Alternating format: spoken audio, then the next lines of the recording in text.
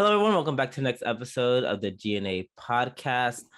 I am the middle of the Oreo that's sandwiched between Putaba's grandpa and Takeda, Jubidu. And I'm your favorite buff grandpa, Soberoni. And welcome back to the G&A podcast, where we talk about all things anime, the good, the bad, and the weeb. How are you, Oni? I am incredibly tired, but I got my trusty Red Bull here, so I'm fine. I already was drinking. Listen, the way I was like, just so that the caffeine will hit me when it starts, I'm gonna drink this 20 minutes before we started this, and then 20 minutes became more than 20 minutes. But you know what? I just drank more Red Bull, so we're Hey, brought to you by Red Bull. Hashtag not sponsored. Not sponsored. Not sponsored. Oh my god. Imagine if we were, though. My mom would have an envelope. Like she would have an aneurysm if I got sponsored by Red Bull. Yo, I want to be Red Bull. If you're watching right now, if you're listening, you know where to hit us up.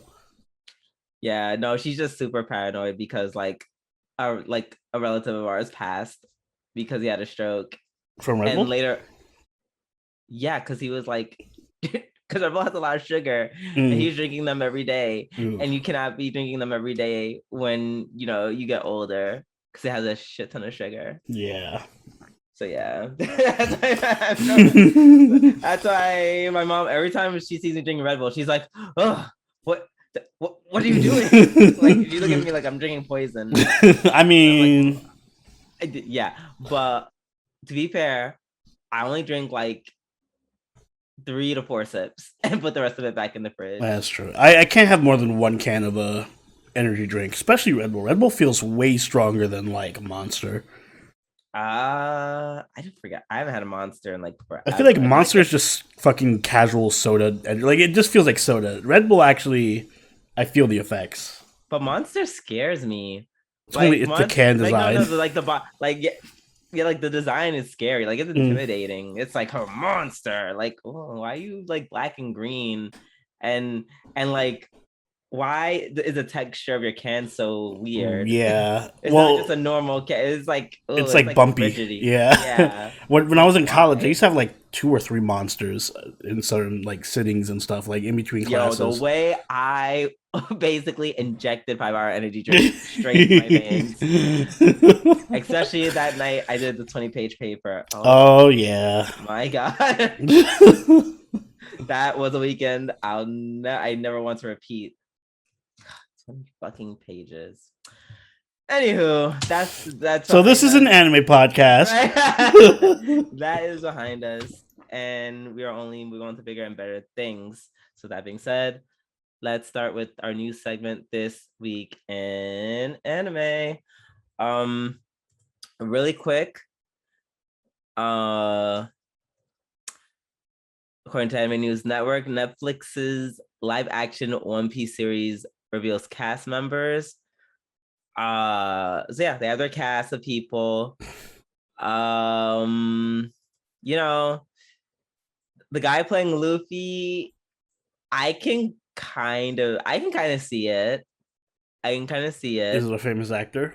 No. All these people, I don't know any of them. I don't know literally any of them. I don't know. It's not Chris Pratt? Oh God. You mean AKA something that would make me want to watch this less? But yeah, so for Zoro, they have some cute Asian dude. So I'm like, I guess. Nami, they have some white woman, and I'm sure they just dye her hair like orange. Yeah, they got that down. I really like. I'm really conflicted about them casting a black person to be Usopp. I mean, it's like I get it. I was just like, damn. I wish they gave it to someone who was cooler. Wait, is this like a Japanese Netflix thing, or is it like no? This is US. Oh wow. Yeah. Yeah. Yeah. This feels like Death Note to me all over again. I feel like it's going to be like that. But Usopp, as much as I hate to admit it, because they cast a black dude, I could see it spot on for him. And then the guy who plays Sanji, I feel like Sanji has a little more hair than him, but I can kind of see. Well, I don't care. He's hot, so it's fine. I feel like I'm not gonna like any of these casting choices because no matter what, they're still gonna look like people and not like the disfigured monstrosities of whatever character design the One Piece cast has. Oh, girl, I'm not even gonna watch the show. I mean, it's fun to just look and see. Oh my god, who's the cast? Yada yada yada. But girl, I'm not watching this.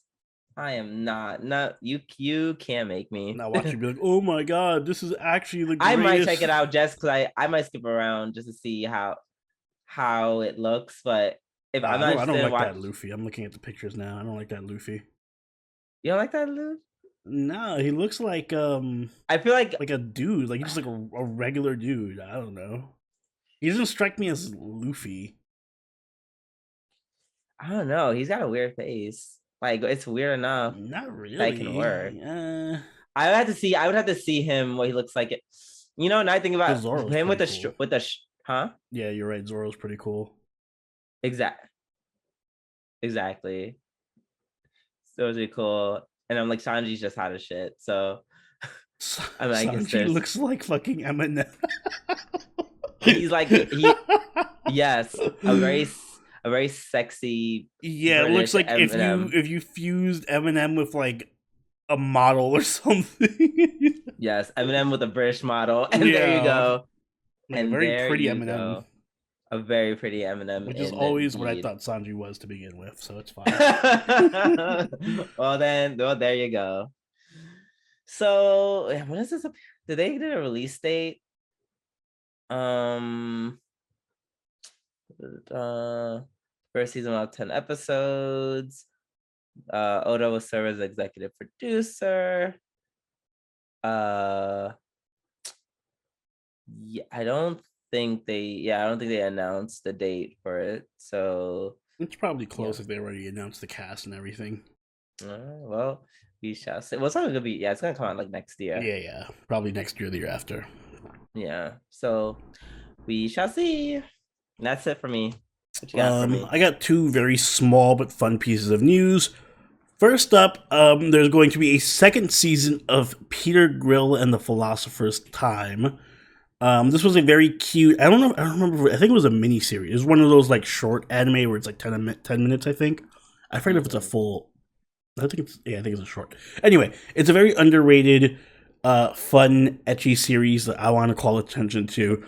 Basically, the plot is there's a guy it's a fantasy anime, not isekai, just pure fantasy, and he is like the strongest warrior in the whole world, but because of that, every single girl of all the other races wants to fuck him and have his baby so they can get his superior warrior genes, and the whole show just revolves around him like basically sleeping around with women, but like trying to keep it a secret from his crush / I think they're engaged.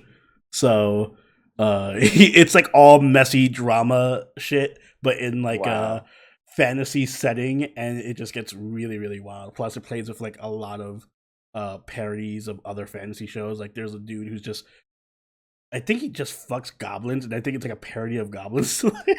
Oh no!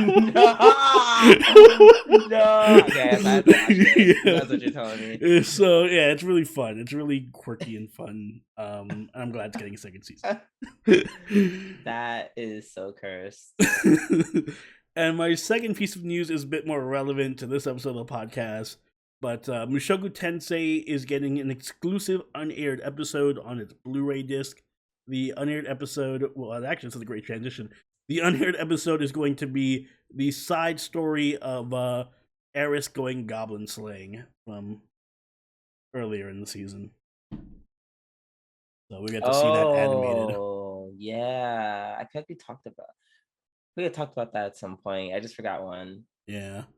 So that's going to be a little cute mini episode of Mushoku Tensei we can look forward to. All right. And now that we are done with the news, It is time for our weekly reviews, and we're gonna start. We're gonna start off with Mushoku Tensei. Before we start, sorry guys, I am recovering from some shit that I had this whole week. I was like crazy sick this whole week. I'm pretty much feeling better, but I still have a very persistent cough. So you hear me coughing, my bad. I'm gonna try to, you know, move away from the mic as much as possible. But if you hear that, please bear with me.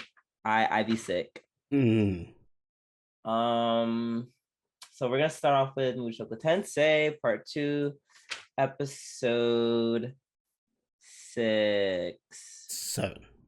7. Yes, as that is the number 7. The number 7. So this episode was a Roxy episode. Roxy! Not me writing down Foxy instead of Roxy. Foxy, you know I was Roxy. You know that's how tired I was. Yes. You're not wrong though. Mm-hmm. I feel like in one hand, I'm glad we got a Roxy episode because I love Roxy and she's like my second favorite character and everything. But on the other hand, I just feel like this one was kind of a weird, maybe not a weird place to put it, but I wanted more of like I didn't want a Roxy episode at the same time. You know what I mean? Like I'm too engrossed in the Rudy adventure right now. Yeah. I mean, to be honest, that's kind of how I feel about this whole week. Kind of. This was not a strong week for anime that we're covering. But this one, it was good. It was like sentimental because we got Roxy's backstory in the village with all the kids just shining at her. That was actually pretty funny. Wait, which time? Like just in general, like her walking around the village and people are just looking at her and they're like flashing at her. Like, all right. and then she's like, I can't hear you. And then they're like, oh, I'm gonna flash harder. Like, you can't hear us? Maybe we look at you harder. Yeah. That'll work. Think harder, guys. I mean, can they just talk to her? Do they not know how to like physically talk? Or is it just like, because I figured at a certain point they would be like, oh, that's Roxy. That's the girl who can't fucking be a telepath. Why don't we just talk to her like a normal person? I feel like after a while, they just tried to hide Roxy away. And I feel like the other people just didn't know how to, I feel like communicate. I guess for them, I don't know. I feel like for them, it's like, imagine someone who like normally spoke Spanish and it was just like they're happy to like speak to you in Spanish and they're just like, oh, right, I have to do English. Yeah, I mean, I guess. But if they know it, like, but I assume that they know how to speak. Like they could just verbalize instead of mentally sending their telepathic waves. So I don't know. It was a bit weird, but it was at least it was backstory. Yeah, definitely. I kind of liked the conversation between not Elise, of Roxy and the horse guy. Oh yeah, that was really cute.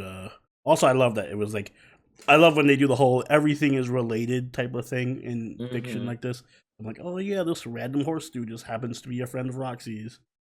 Yeah, so, who he knew before he met Rudius. And now she's coming back to that place and they're like, oh yeah, like a few years ago, there's one group something straight called Dead End. And I like that she's kind of retracing Rudy's steps, where it's like she went back to visit the same village as the horse guy, and then she went back to her home village.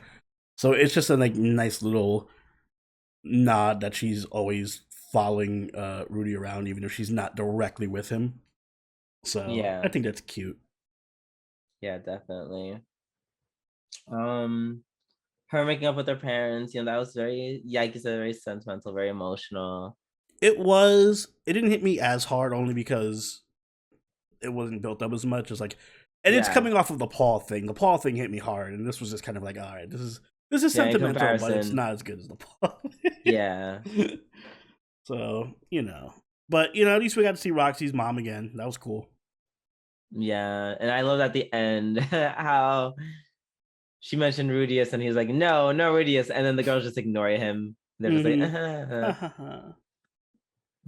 I find and I find it funny that he definitely gives off like main character of an anime vibes, Roxy's dad. Mhm. It felt like, separated from the whole plot. It felt like this was like a little scene where they're like, no, you can't do so with this guy. And then the girls are just like, we're ignoring you. We're not Yeah, taking you seriously. I feel like it plays off the fact that he looks so young. pretty much.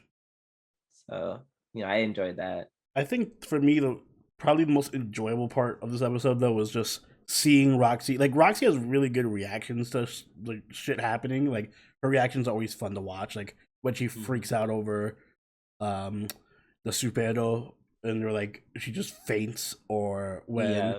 she gets creeped out, or when she just even when she deadpan walks in on um Elenice fucking another bunch of guys and she's just like, well, this shit again. Icicle break. Justice for my girl. I'm like, oh my gosh. Like let her live. Let Alina Listen, live. if she wants to do all that, she can go find another room, all right?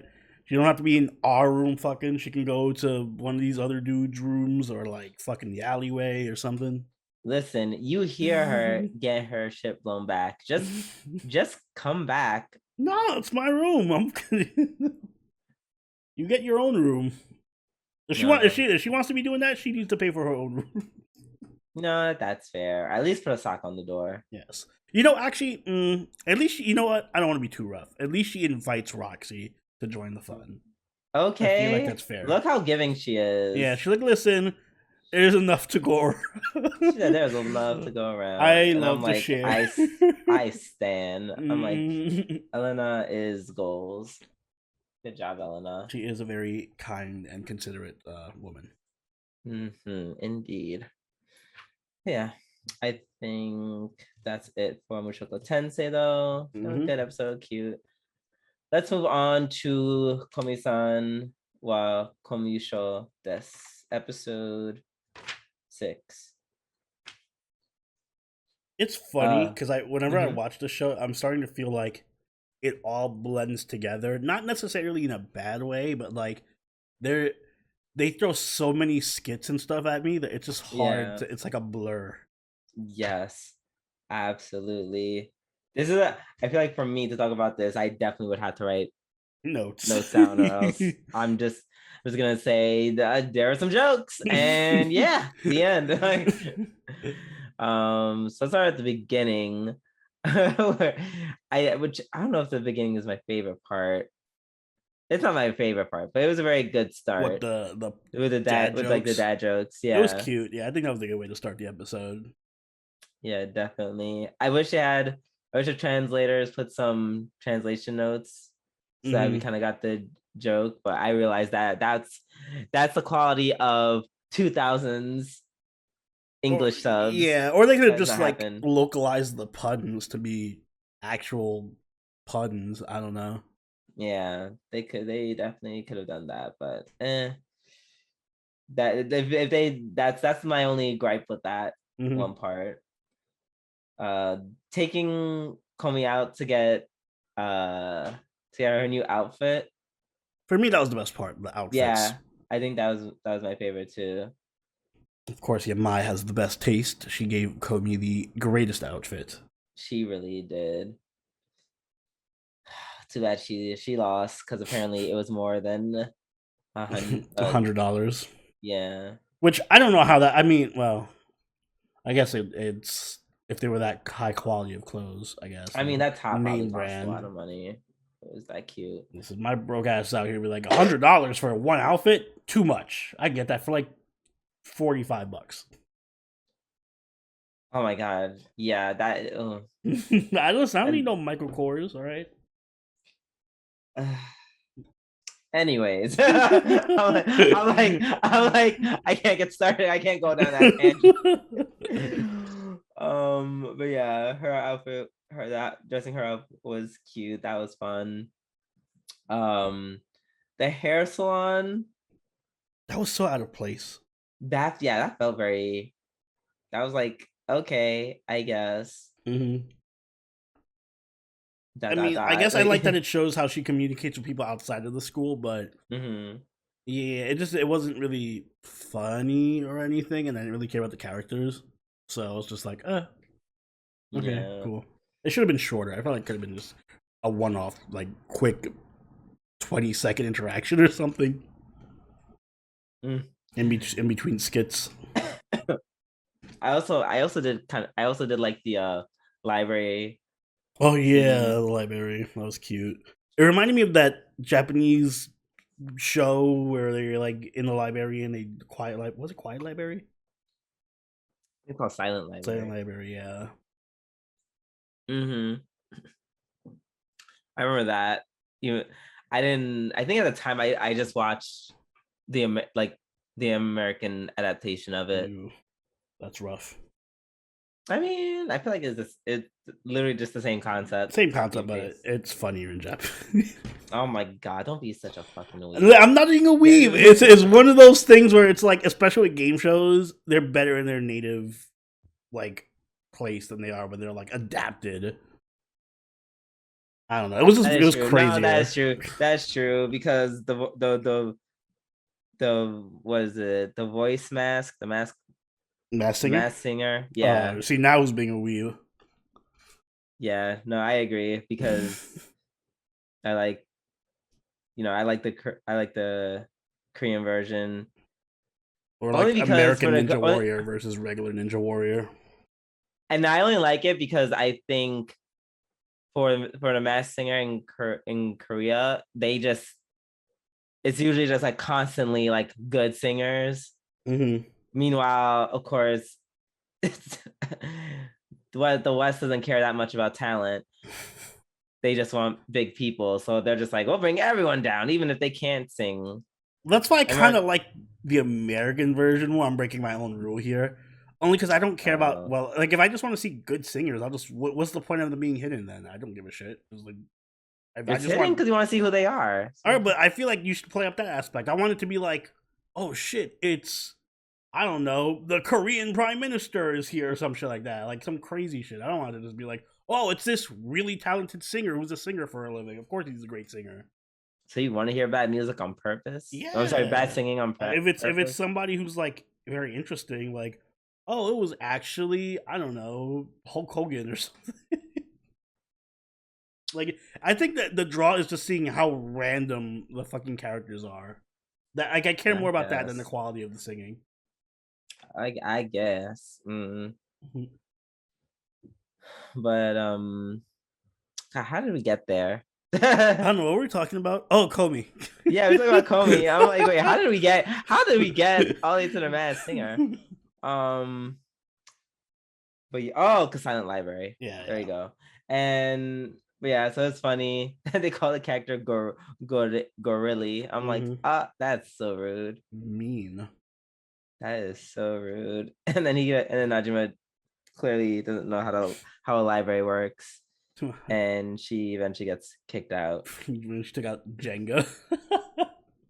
Oh, you're right. Hey, let's play Jenga. And I'm like, what? Oh god. Oh, Roxy. And yeah, and then the last part where Najima invites them to like, I guess that was like a setup for the next episode. Yeah, it's gonna be like a beach episode. Yeah, so I know, and he's gonna be looking forward Yes. to that. I cannot wait to see Komi and Najima and Yamai in their beach outfits and their swimsuits. Indeed. All right, let's move on to Senpai ga Uzai Kohai no Hanashi, episode 6. And is this my episode of the week? It might be my episode though. It might be my episode of the Interesting. week. I Uh, wonder why. no, it's not really the fact that it's like, yeah, oh my gosh, two Bada dudes, Hmm. and they're all big and beefy and Bada. As much as I want to say it's just that, Hmm. I can't. I think I'm gonna give episode of the week because I really like the dynamic between the two. I didn't think, you know, I thought it'd be like this typical, oh, he's seeking approval from the grandpa, and then grandpa's gonna be super over possessive, and then he's gonna try, and then they're gonna reach a point where he's like, oh, you might be good for my granddaughter or something, but then like do a fake out and be like, ha, just kidding, fuck you, you still can't be with my granddaughter. And that's not what happened at all. They literally hated each other's guts right off the bat. Yeah, I did like that they had different reasons for like not liking the other one. Yeah, like Takeda, and I think that's why that's why I liked it. Because Takeda is the first anime character I know of to be like, you know, who the fuck is this guy coming up to me out of nowhere, Hmm. like calling me a jerk?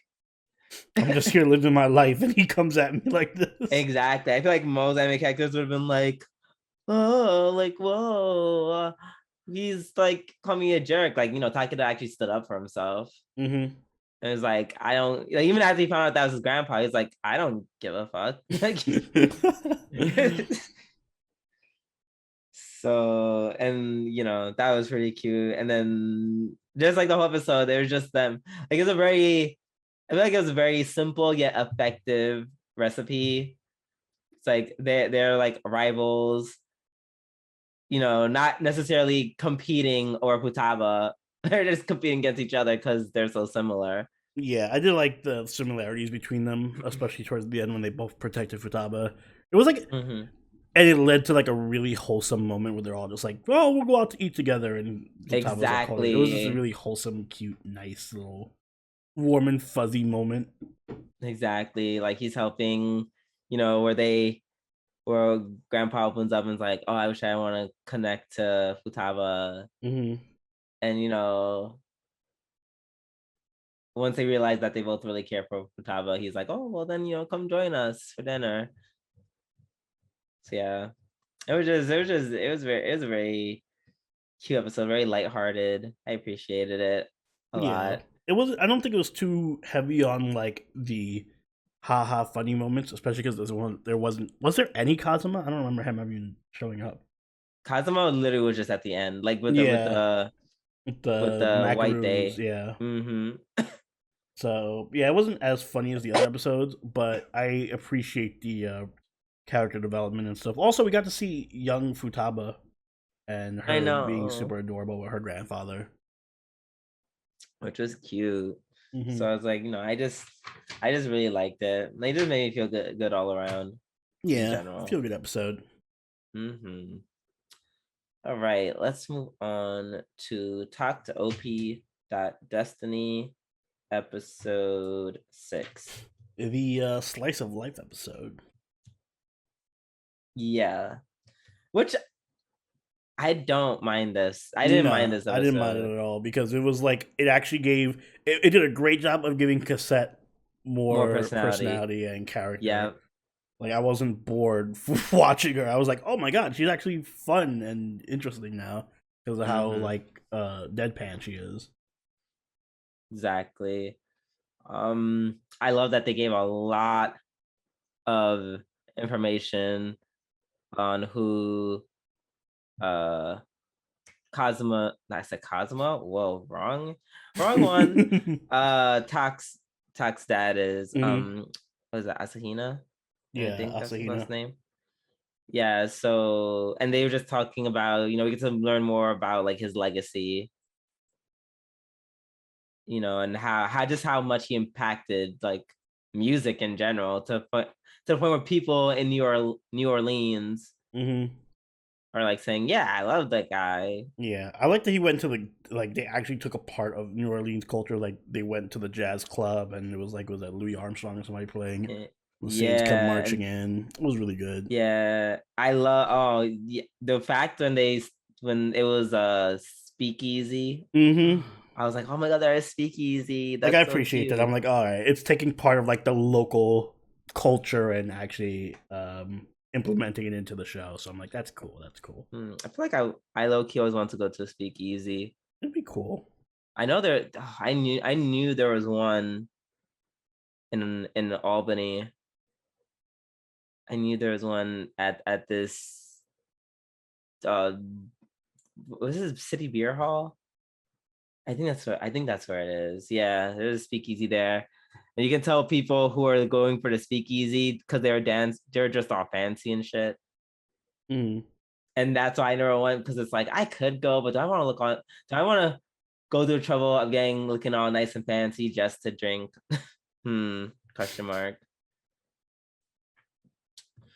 But yeah. Let's see. The scene, or not the scene, the whole thing with the old woman who mistakes Anna for her dead daughter. I was Mm. like, oh, that's sad. It I already knew what was is. gonna happen with that one. Yeah.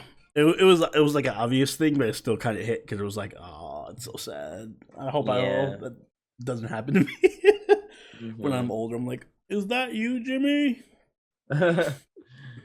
um and back to Cosette for a second. Mm. Just want to point out, like, I like that little monologue she had Mm. where she was describing, she's actually describing how much, like, talking about how like good Anne is, to the Mm-hmm. point That where was I'm really just good. like, I feel like somehow their sisterly connection hasn't been lost at all. It's Yeah, just kind of different now. exactly. And even in the beginning, when she was like trash talking Takt, it felt a lot like how she was before she became Mhm. Destiny, and she was like just casually bantering with him and like picking and bullying on him. It had that same kind of vibe with them going Yeah. back and forth. So I feel like the old Cosette isn't really, she's not really gone. It's just Mm, different. exactly. This was a really good episode for character development. Yeah, for Cosette. Hmm. I I also like watching Takt be like happy. Yeah, for Like once. you're right. Like, on one hand, it's like, oh no, there wasn't a D2 attack, so whatever. But I'm actually okay with it because he was just like getting to hear people love his dad, getting to perform, Hmm. it just felt very cathartic. And I'm glad there wasn't a D2 attack in the action scene because I kind of was like hoping it would go away from the whole formula where it's just like, oh, every episode they meet Yeah. new people and then there's an attack and they have to fight. So I'm glad it kind of did something different. It was like, no, this is like just a chill episode. Yeah. So I am okay with that. Me too. All right, let's move on to Mieruko-chan, episode 7. Episode 7. The return of Yulia. The return of Yulia, indeed. Yulia strikes back. uh that joke in the beginning where she sees the picture from last week's episode, and because Hana uploaded to social media, Hmm. and then their faces are blurred out, and then she's like, you missed the face, and she's like, what? I'm like, oh, nothing. uh Yeah, I like um that the there's like the episodes all are related in like it's one cohesive timeline where there's like yeah. if you're like this picks up right after the whole incident with the shrine, so like it's just like it feels like I'm watching one continuous story instead of like a bunch of isolated individual episodic things, Yeah. which is good. Yeah. So Yulia easily convinces poor gullible Hana to be like, hey, you're so good with pictures. Let's It's cool. let's go to a cool spot where you can take all the pictures because you're so talented. Yeah, let's go to this creepy tunnel real quick. And then they go to the tunnel, and I'm like, girl, the way you would not pay me, the way I'd be like, I'm standing right here. Yeah. I kind of like it though, because I'm like, I hope Yulia keeps coming up with like these plans to drag them into like really crazy places. Like she's just like, let's go visit this house where a bunch of people were murdered. Ha ha ha. Yeah. Like, But it's like, but art, Hannah, mm, art. I did like that she was able to play Hana so easily. Like even when they were about to turn back, and she's like, "But your genius will never be recognized," and she's like, "You're right. I am a genius, and I must show the world my art." Oh, I also like that. I hope Yulia getting knocked out becomes a trend, because that Mm-hmm. was really funny. Where she once again was like, she fell unconscious being smothered by Hana's breast. Like, Mm-hmm. Also, again, when Yulia shows up, and then Hana's like, "It's that girl you strangled." it's like, oh, yes. Yeah, like yeah, they had this episode had like some very like funny moments indeed. Yeah, and also had some Oh, creepy moments. oh, absolutely. Like, just it was like weird. It I'm starting to see how well this show balances comedy and horror, because it's Mm, like, on one hand you see this grotesque monster just shredding, tearing the other ghouls apart, inching ever so closer to all of them, mm.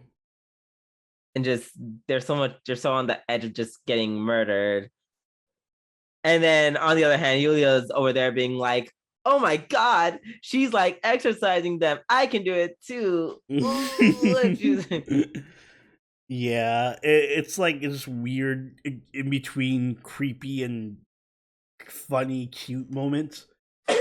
But also, I like the character, the monster design in the show is so good. Like the ghosts are legitimately freaky. Like the Yeah. one in this episode that was like in the trash or in the oil drum, and then the more ghost it eats, it just fucking grows and like evolves into an even grosser looking monster.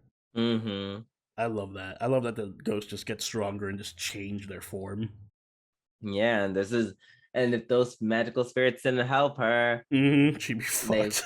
yep, she would have been kind of dead. I like that she also fucked up too. Like I'm like, oh, good, finally she fucks up and acknowledges that it's Exactly. there. Yeah, basically. Because Yulia was just like, yeah, like, oh my god. Listen, I love Yulia, but I would definitely, if I was Miko, I'd be like, listen, we can't be hanging out together because you're literally gonna cost me my life if you keep doing Yeah, this shit. at this point, I'm like, you need to have a conversation with Yulia. You Yeah, can't break it anymore, because this he almost died. this girl's literally running out here being like, "Do you see the ghost? Look at the ghost." Right, exactly. And I'm like, mm. I wouldn't do that if I were you. Mm-hmm. Let's see, anything else? No, I think that's pretty much it. It covers it All from my right. end. All right, let's move on to Platinum End episode 6. Which is unfortunately my episode of the week. I'm not surprised. It's all right. Like I always said, if you're gonna make a dumb show, you have to go full dumb, Yeah, and they went and they went there. full dumb in this. They went there. It was just the most enjoyable thing to watch this week. It was no, it was actually like entertain, like it like it's reaching Gino Guardian territory Yeah, very quickly, it's definitely very quickly. trending. It's getting there very fast. We are getting there very quickly after this episode. Yeah, this was like the train wreck episode, but it was a fun train wreck because it was like, It was. first off, I don't like the girl. What's her name? You don't like the serial The killer? serial killer. No, she's ugly. Misurin? No, she's super ugly. I don't like her. Not super ugly. So it was her doing her whole little.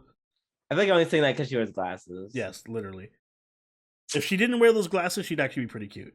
but Is the it glasses are in it. those? Is it the glasses, like those glasses in particular, or glasses in general? It's like in order to pull off a glasses look for me, you have to like it only works with very specific types of girls, and I feel like she's not one of them. Okay, Without the glasses, she would just look way more natural. got you. Yeah, but yeah, no, I like her whole little crazy. I'm gonna sleep with these girls and then murder them for no reason because it's fun. Because it's fun. Uh I'm not gonna lie, the way I wish that uh what's his name? Mirai? The main character? Yeah, Mirai. Mm-hmm. I'm gonna say it would be so cool if Mirai just died and then Mukaido became the main character. Well, I don't think you get your wish. Yeah, I don't think so. I think he kind of got blown to bits at the end of the episode. Finally, now someone besides a pretty girl dies. This show. That was my favorite part because it was like literally half this episode was dedicated to Mikado going, all right, this is my plan. Here's some guns. I'm not gonna just guns. Here Right. we go. Right. And then they're like, whoa, we can't kill. Yeah. I'm like, oh my God, shut. And then he was like, I'm gonna trust you to take the shot. Mm-hmm. And I'm like, why the person who doesn't it's like this show leaned in to so many stereotypes and so many tropes. He literally had a mental breakdown just when Mikado asked him, like, all right, if Metropolitan Man showed up was going to kill Sakti, would you use the red arrow or white arrow? And this dude was like, I don't know. Save me. And you're going to trust him to take the shot. Why?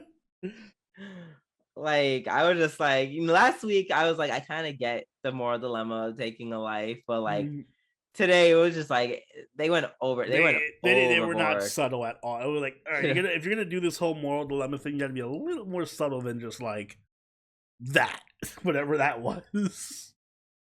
And then it like half the episode was them coming up with this plan. And none of it mattered because Metropolitan Man was just like, "Oh yeah, I'm just gonna fucking blow up the building." What plan? That's what I mean. I'm like this. It's like, what happened to the Death Note dude? What happened to you? You must have gone through something. Is it drugs? That's the problem. Mikado thought he was in Death Note, but he was actually in Platinum End.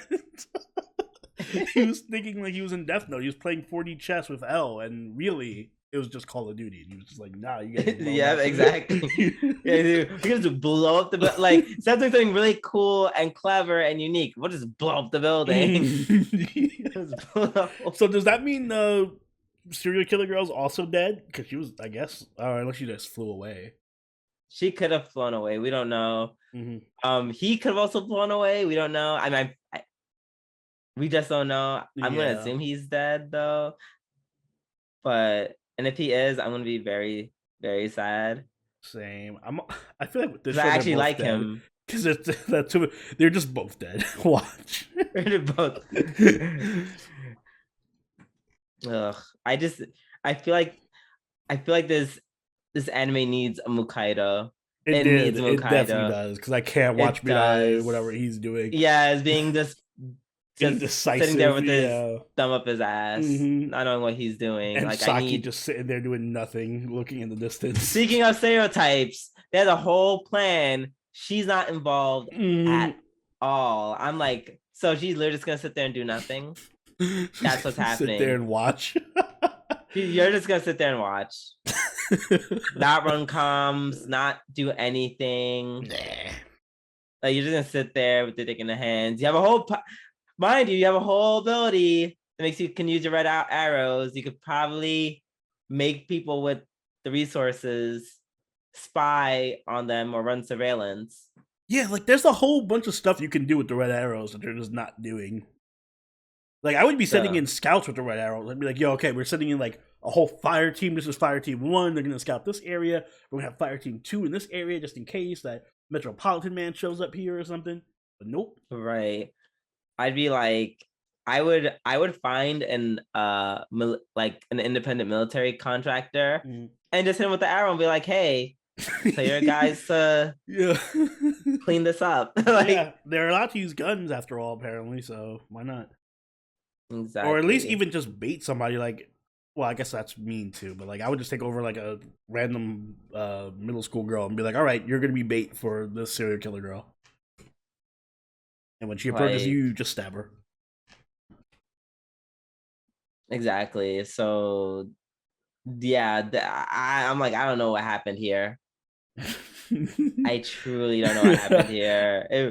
I don't okay. either, but it was beautiful to watch. It was really beautiful to watch.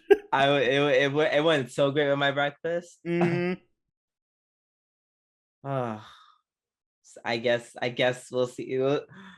I now my expectations have been officially lowered. Yeah, so they're in the bottom. They've sunk to the seafloor.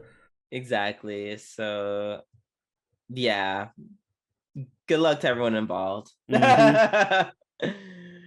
So by the way, I think this is mm-hmm. a 24 episodes, so I don't know if you want to It continue is. for winter for next I season. don't know. Like if I'm still entertained by it, Yeah, sure. But if I'm just like, God, please let it end, then I have no problem dropping it. All right. That being said, we're done with our weekly reviews, and finally, we're going to have a filler arc, and it feels like forever. So I pulled up this article from a few weeks. Was it a few weeks ago? Yeah, like 2 weeks ago. And the title was and this is from an article from Anime News Network. Kadokawa anime producers want isekai to take over the world. And I think that was very interesting because we always talk about how this, the whole isekai thing became like this, like it exploded the genre itself. And now I'm reading this article where they're talking about like, yes, or Kadokawa, the company is like, yes, we want to push isekai more and more and more and more and more. So first things first, Kadokawa it's a multimedia company. It started out as strictly a publishing company, and over years, eventually combined with more companies. And at one point, I think 8 companies merged together and founded, the Kadokawa Corporation. I think that's what they're called. Excuse me. So how they basically like do the system of like taking this one novel and then making a bunch of media for it in hopes that it'll be successful. Apparently excuse me, they start pushing, source material for about 3 months to a year. And then at that point, they'll release a screen adaptation. Then that adaptation itself, not the original source, that becomes, the nexus, quote unquote.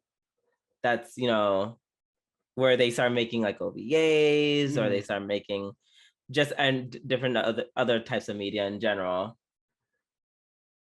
So, and Kadokawa can excel at this because it's multimedia. So they have control over all the aspects of, promoting, packaging, streaming, licensing, right, all of it. Excuse me. But apparently they kind of struggled with the overseas market. They're like, this works for us, this works for Japan, but for some reason it's not working in the Western hemisphere. Excuse me. And there's one point where they discuss some of the anime that's like responsible for this isekai push. Mm-hmm. You know, they call out. Sort of online. They don't, They and don't. that's yes. So that was the first thing that gagged me. But in my mind, I'm assuming that's because Sword Art Online isn't made with Kadokawa. Like, Wait, it's not. I thought it was definitely Kadokawa.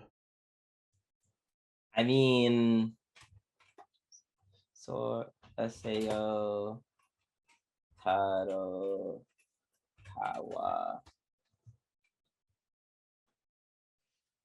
Um, hmm. Sword Art Online did a new brand. Oh, I think it is made by Kadokawa. So that's Yeah, it is. interesting Mm-hmm. that wasn't mentioned in that list. Hmm. That wasn't mentioned, and yet the Rising of the Shield Hero was mentioned. Which so that at first I was like, pause. That doesn't make any sense because at that point Isekai was already like well established. Yeah, yeah. Like at that point, the Rising of the Shield Hero is just riding the wave. Mm-hmm.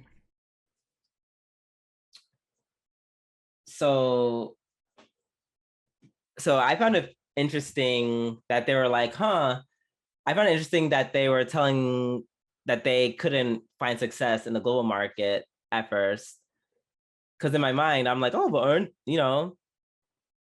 I guess I don't know the numbers per se. So, but I'm like, amongst all my weeb friends Mm-hmm. and people who like anime, all this anime, like this shit is somewhat well known.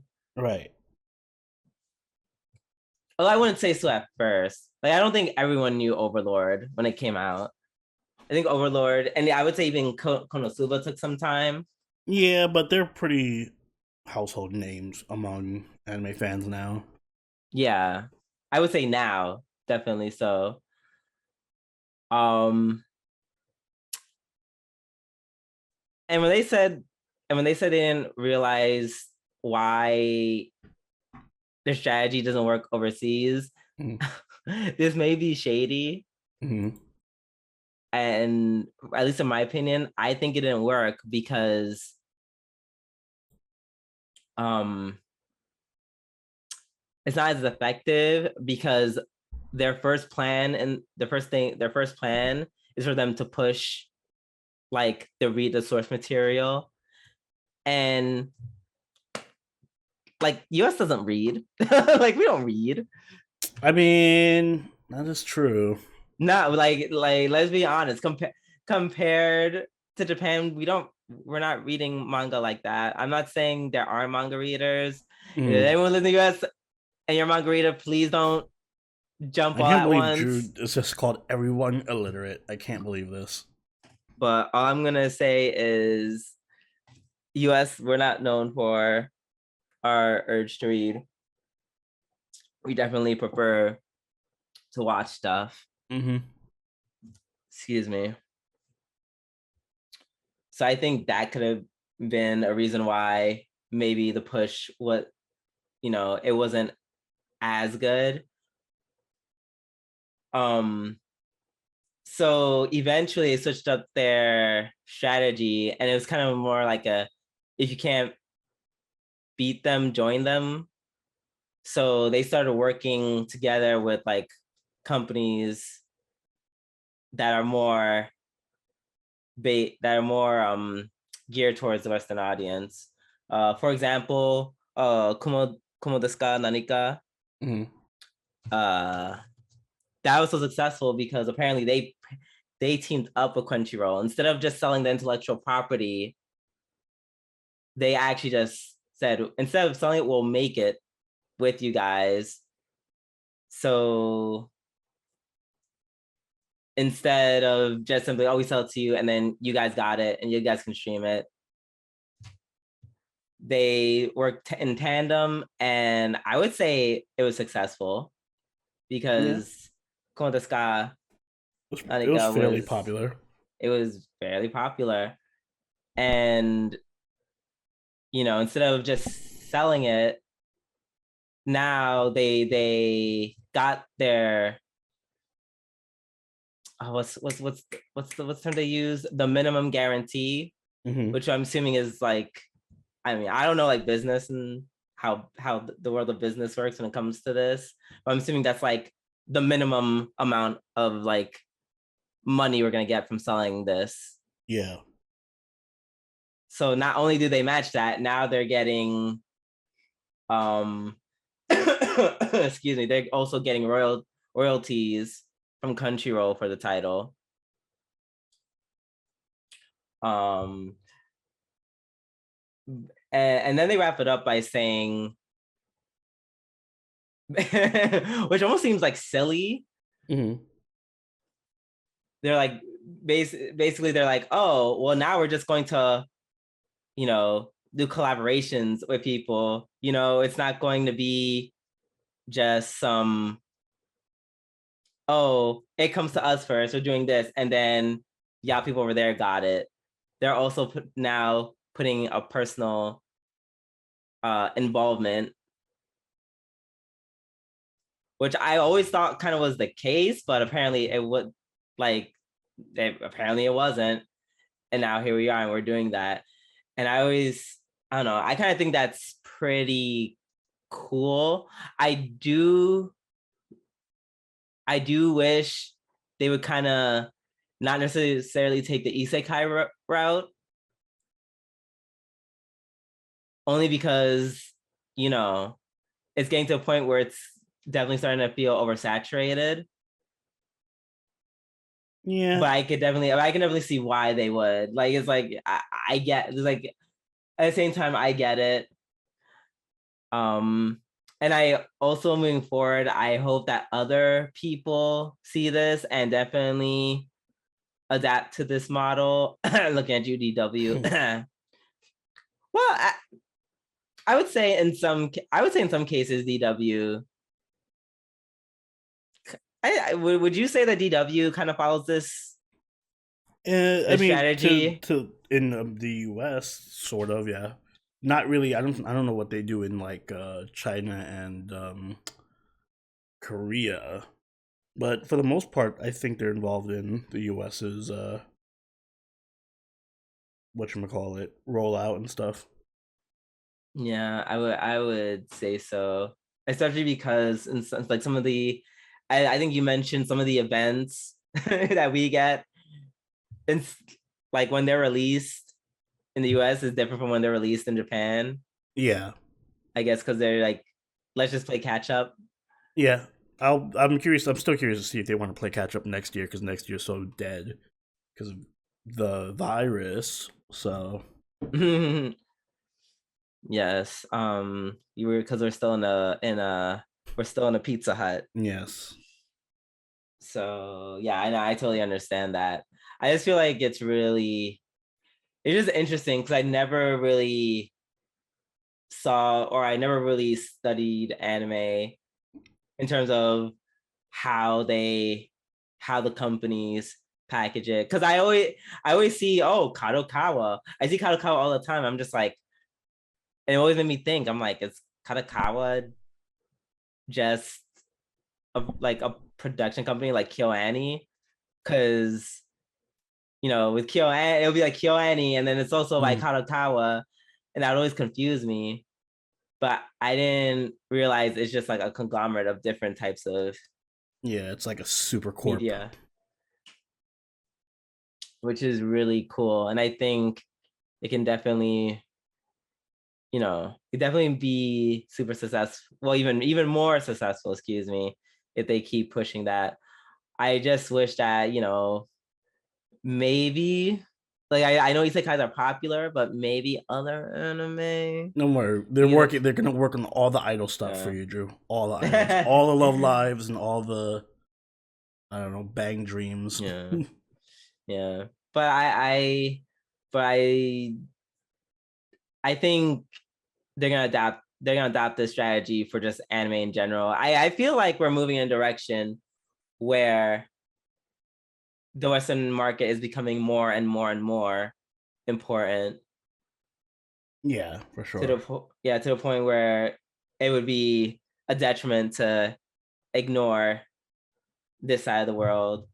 there's plenty of anime that have such a like that's like, hey, this is for Western audience. Watch. Case in point, Carol and Tuesday. Mm-hmm. The Great Pretender. This is basically most of the Netflix series. Yeah, all the Netflix stuff.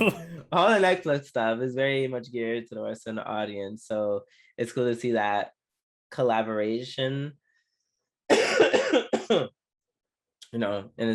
it's my hope that even more companies that even work out of Kadokawa kind of adapt this strategy, because I see we see it, and if it works for them, I think it will work for everyone else. I don't know. I just there's one quote at the end of the article that made me kind of raise my well, actually, there's a quote and a line towards the end that made me like raise my eyebrow when it says Kadokawa can maintain its goal to deliver 40 new anime in the next fiscal year. Wow, that's a lot of anime. Yeah. 40 new anime. That's a lot. True. That's a lot. But that's like basically what, 10 per season? Exactly. Yeah, I can see it. I can see them doing that. I mean, yeah, apparently they got money like that. Mm-hmm. Excuse me, that is a whole lot. I mean, I'm sure some anime will get bigger budgets than others. So Yeah, they're not gonna waste all their money on the not isekai apparently. exactly. And then the last quote where they say overseas first is no longer just a slogan, but something we will be actively working towards. That I don't know, is that phrase overseas first. So I'm like, are you going to start moving, like putting the overseas, like the Western audience as a priority? Are you gonna do it like? Are you gonna be doing? I think. Are you gonna be doing simultaneous releases? Mm-hmm. Because we are seeing more of that, definitely. Or we'll see them. It's like, oh, we'll see like the subs, and then for like the dubs will come out like maybe like a few weeks after. Right. Which I feel like was not the case. That was not really the case in the past. No, it would not. Like, so dubs would take much longer, or if they ever came out at all. If they ever came out at all. So yeah, it's very interesting to see how Kadokawa is adapting to like the Western market. So they really want to make a breakthrough. Mm-hmm. Yeah, and I'm not complaining because it just works out better for us, the consumers. Yep, more stuff. So yeah, that was just something that I found like super interesting. It's super interesting. I guess in a roundabout way, that's one good thing of having all this isekai anime come out, is that it kind of changed how, at least for Kadokawa, how anime is now being produced, especially with the Western market in mind. Yeah, that is pretty cool. Yeah, that's pretty cool. So I'm like, so as much as I'm like, no isekai anime, but at the same time, I'm like, it's responsible. If it's gonna give us more attention as compared to like 2005, where we were like a mere afterthought, I'm here for it. Absolutely. Me too. Right. And with that, I think that ends the filler arc, and it also ends the podcast. So Oni, if you will take it away. Guys, if you enjoyed this episode of the G&A podcast, make sure you hit that like button and subscribe so you can join the party over on our Discord, our Twitter, and our Twitch, all linked in the description down below. If you'd like, you can even donate to our Patreon or become a channel member, like all these lovely people on screen right now who make the channel possible. And Drew, do you have anything you'd like to add? I am scared, yeah, excited for Anime NYC Oh to those yeah. who are going to be there. I hope you are. I hope to see you. Say hi. I Hi. I, I promise I won't bite. Well, unless you want me to. Wink. Ha. Yes, we will be at Anime NYC, so if you do see us, make sure you say hi.